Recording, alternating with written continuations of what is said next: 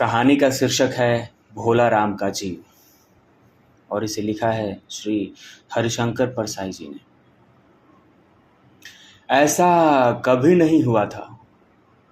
धर्मराज लाखों वर्षों से असंख्य आदमियों को कर्म और सिफारिश के आधार पर स्वर्ग या नरक में निवास स्थान अलॉट करते आ रहे थे, पर ऐसा कभी नहीं हुआ था। सामने बैठे चित्रगुप्त बार बार चश्मा पोंछ, बार बार थूक से पन्ने पलट रजिस्टर पर रजिस्टर देख रहे थे। गलती पकड़ में ही नहीं आ रही थी। आखिर उन्होंने खोज कर रजिस्टर इतने जोर से बंद किया कि मक्खी चपेट में आ गई। उसे निकालते हुए वे बोले, महाराज, रिकॉर्ड सब ठीक हैं। भोला राम के जीव ने 5 दिन पहले देह त्यागी और यमदूत के साथ इस लोक के लिए रवाना भी हुआ, पर यहां अभी तक नहीं पहुंचा। तभी धर्मराज ने पूछा, और वह दूत कहाँ है? महाराज, वह भी लापता है। ये चित्रगुप्त ये बात बोल ही रहे थे कि इसी समय द्वार खुले और एक यमदूत बड़ा बदहवास वहां आया। उसका मौलिक कुरूप चेहरा परिश्रमी, परेशानी और भय के कारण और भी विकृत हो गया था। उसे देखते ही चित्रगुप्त चिल्ला उठे, अरे तू कहां रहा इतने दिन? भोला राम का जीव कहां है? यमदूत ने हाथ जोड़कर बोला, दया निधान, मैं कैसे बतलाऊं कि क्या हो गया। आज तक मैंने धोखा नहीं खाया था, पर भोला राम का जीव मुझे चकमा दे गया। 5 दिन पहले जब जीव ने भोला राम की देह को त्यागा, तब मैंने उसे पकड़ा और इस लोक की यात्रा आरंभ की। नगर के बाहर ज्यों ही मैं उसे लेकर एक तीव्र वायु तरंग पर सवार हुआ, त्यों ही वो मेरे चंगुल से छूटकर न जाने कहां गायब हो गया। इन 5 दिनों में मैंने सारा ब्रह्मांड छान डाला, पर उसका कहीं पता नहीं चला महाराज, कहीं पता नहीं चला। धर्मराज क्रोध से बोले, मूर्ख, जीवों को लाते लाते बूढ़ा हो गया, फिर भी एक मामूली बूढ़े आदमी के जीव ने तुझे चकमा दे दिया। दूत ने सिर झुकाकर कहा, महाराज, मेरी सावधानी में बिल्कुल कसर नहीं थी। मेरे इन अभ्यस्त हाथों से अच्छे अच्छे वकील भी नहीं छूट सके, पर इस बार तो कोई इंद्रजाल ही हो गया महाराज। तभी चित्रगुप्त ने कहा, महाराज, आजकल पृथ्वी पर इस प्रकार का व्यापार बहुत चला है। लोग दोस्तों को कुछ चीज भेजते हैं और उसे रास्ते में ही रेलवे वाले उड़ा लेते हैं। हौजरी के पार्सलों के मोजे रेलवे अफसर पहनते हैं। मालगाड़ी के डब्बे रास्ते में कट जाते हैं। इस बात एक और बात हो रही है, राजनीतिक दलों के नेता विरोधी नेता को उड़ाकर बंद कर देते हैं। कहीं भोला राम के जीव को भी तो किसी विरोधी ने मरने के बाद दुर्गति करने के लिए नहीं उड़ा दिया। धर्मराज ने व्यंग से चित्रगुप्त की ओर देखते हुए कहा, तुम्हारे भी रिटायर होने की उम्र आ गई। भला भोला राम जैसे नगण्य दीन आदमी से किसी को क्या लेना देना। इसी समय कहीं से घूमते घामते नारद मुनि वहां आ गए। धर्मराज को गुमसुम बैठे देख हुए बोले, नारायण नारायण। क्यों धर्मराज, कैसे चिंतित बैठे हैं? क्या नरक में निवास स्थान की समस्या अभी हल नहीं हुई? इस पर धर्मराज ने कहा, नमस्कार मुनिवर, वह समस्या तो कभी की हल हो गई। नरक में पिछले सालों में बड़े गुणी कारीगर आए हैं। कई इमारतों के ठेकेदार हैं जिन्होंने पूरी पैसे लेकर रद्दी इमारतें बनवाई। बड़े बड़े इंजीनियर भी आए हैं जिन्होंने ठेकेदारों से मिलकर पंचवर्षीय योजनाओं का पैसा खाया। ओवरसीयर हैं जिन्होंने उन मजदूरों की हाजिरी भरकर पैसे हड़पे जो कभी काम पर गए ही नहीं। इन्होंने बहुत जल्दी नरक में कई इमारतें तान दी हैं। वह समस्या तो हल हो गई, पर एक बड़ी विकट उलझन आ गई है। भोला राम नाम के एक आदमी की 5 दिन पहले मृत्यु हुई। उसके जीव को यह दूत यहां ला रहा था कि जीव उसे रास्ते में चकमा देकर भाग गया। इसने सारा ब्रह्मांड छान डाला, पर वह कहीं नहीं मिला। अगर ऐसा होने लगा तो पाप पुण्य का भेद ही मिट जाएगा। ये सब सुन के नारद जी ने पूछा, नारायण नारायण, उस पर इनकम टैक्स बकाया तो नहीं था? हो सकता है उन लोगों ने रेख लिया हो। चित्रगुप्त ने कहा, इनकम होती तो टैक्स होता, भूखमरा था। तभी नारद बोले, मामला बड़ा दिलचस्प है। अच्छा, मुझे उसका नाम और पता बताओ, मैं पृथ्वी पर जाता हूं। चित्रगुप्त ने रजिस्टर देखकर बताया, भोला राम नाम था उसका।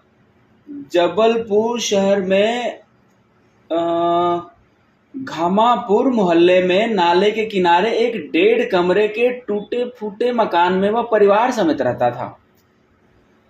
उसकी एक स्त्री थी, 2 लड़के और एक लड़की। उम्र लगभग 60 साल, सरकारी नौकरी था। वो 5 साल पहले रिटायर हो गया था। मकान का किराया उसने 1 साल से नहीं दिया, इसलिए मकान मालिक उसे निकालना चाहता था। इतने में ही भोला राम ने संसार छोड़ दिया। आज 5वां दिन है। बहुत संभव है कि अगर मकान मालिक वास्तविक मकान मालिक है तो उसने भोला राम के मरते ही उसके परिवार को निकाल दिया। इसलिए आपको परिवार की तलाश में काफी घूमना पड़ेगा। ये सारी इंफॉर्मेशन लेके नारद जी वहां से निकले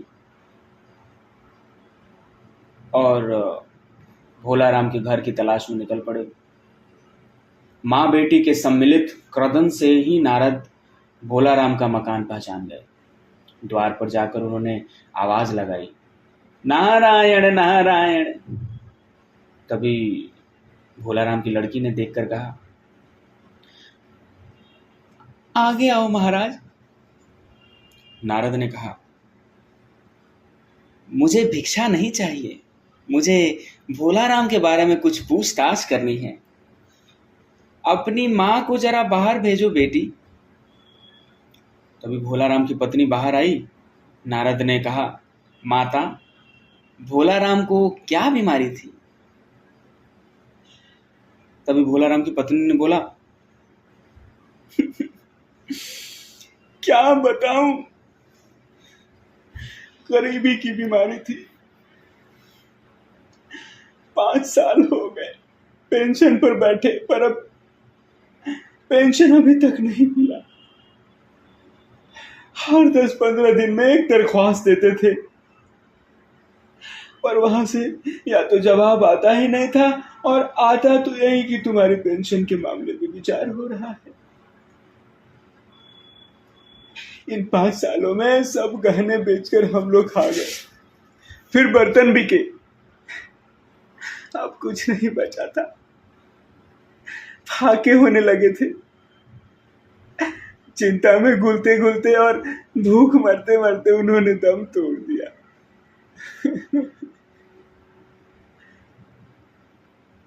तभी नारद ने कहा, क्या करोगी मां? उनकी इतनी ही उम्र थी। ऐसा तो मत कहो महाराज, उम्र तो बहुत थी। 50-60 रुपया महीना पेंशन न मिलती तो कुछ और काम करके ही गुजारा हो जाता, पर क्या करें, 5 साल नौकरी से बैठे हो गए और अभी तक एक कौड़ी भी नहीं मिली। ये दुख की कथा सुनने की फुर्सत नारद को थी नहीं। वे अपने मुद्दे पर आए। माँ, ये बताओ कि यहाँ किसी से उनका विशेष प्रेम था जिसमें उनका जी लगा हो?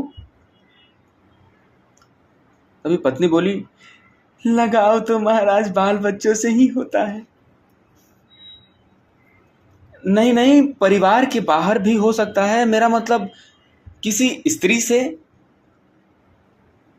स्त्री ने गुर्राकर नारद की ओर देखा और बोली, मत बको महाराज, तुम साधु हो, उचक्के नहीं हो। जिंदगी भर उन्होंने किसी दूसरी स्त्री को आंख उठाकर नहीं देखा। नारद हंसकर बोले, हाँ, तुम्हारा सोचना ठीक ही है।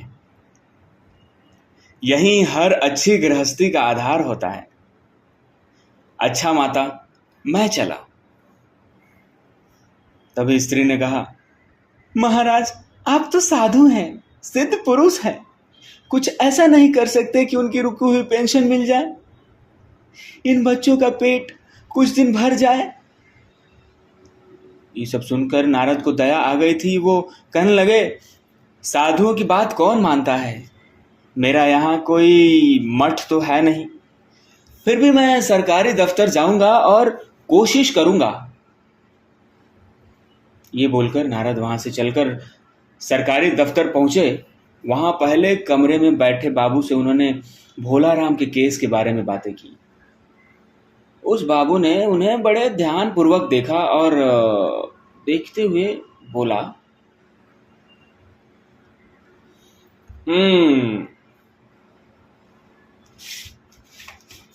भोला राम ने दरख्वास्त तो भेजी थी, पर उन पर वजन नहीं रखा था,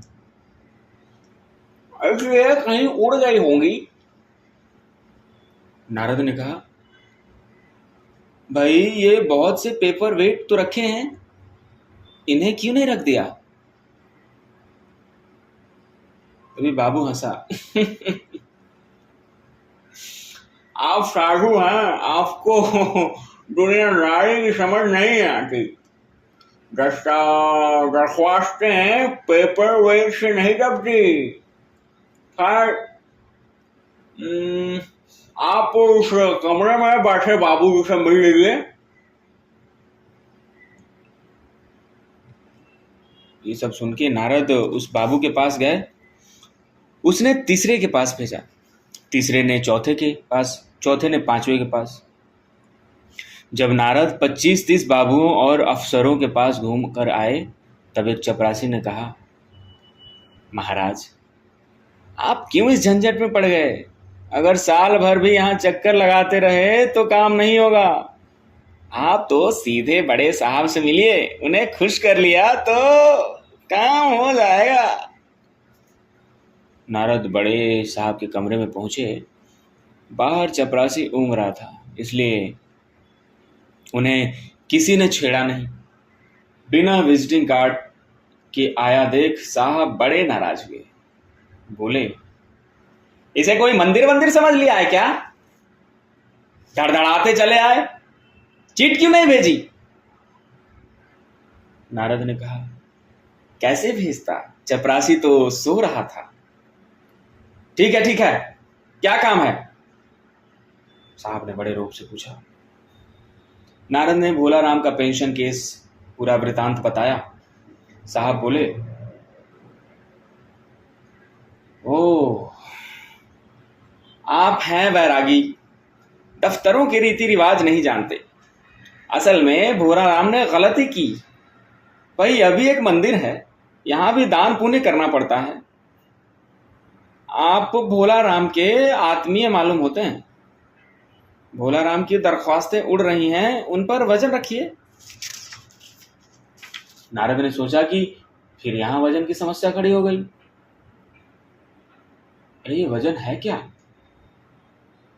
तभी साहब बोले, भाई, सरकारी पैसों का मामला है, पेंशन का केस 20 दफ्तरों में जाता है, देर लगी जाती है। 20 बार एक ही बात को 20 जगह लिखना पड़ता है, कब पक्की होती है। जितनी पेंशन मिलती है उतनी की स्टेशनरी लग जाती है। हाँ, जल्दी भी हो सकता है, मगर ये बोलते बोलते साहब रुके। तो नारद ने पूछा, मगर क्या? साहब ने कुटिल मुस्कान के साथ कहा,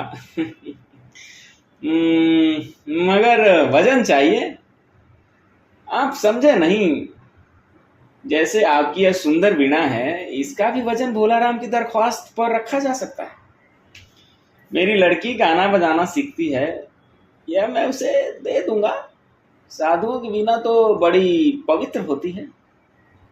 लड़की जल्दी संगीत सीख गई तो उसकी शादी हो जाएगी। नारद अपनी वीणा छीनते देख जरा घबराए, पर फिर संभल कर उन्होंने वीणा टेबल पर रख दिया और कहा, यह लीजिए, अब जरा जल्दी पेंशन का ऑर्डर निकाल दीजिए। साहब ने बड़ी प्रसन्नता से उन्हें कुर्दी वीणा को एक कोने में रखा और घंटी बजाई।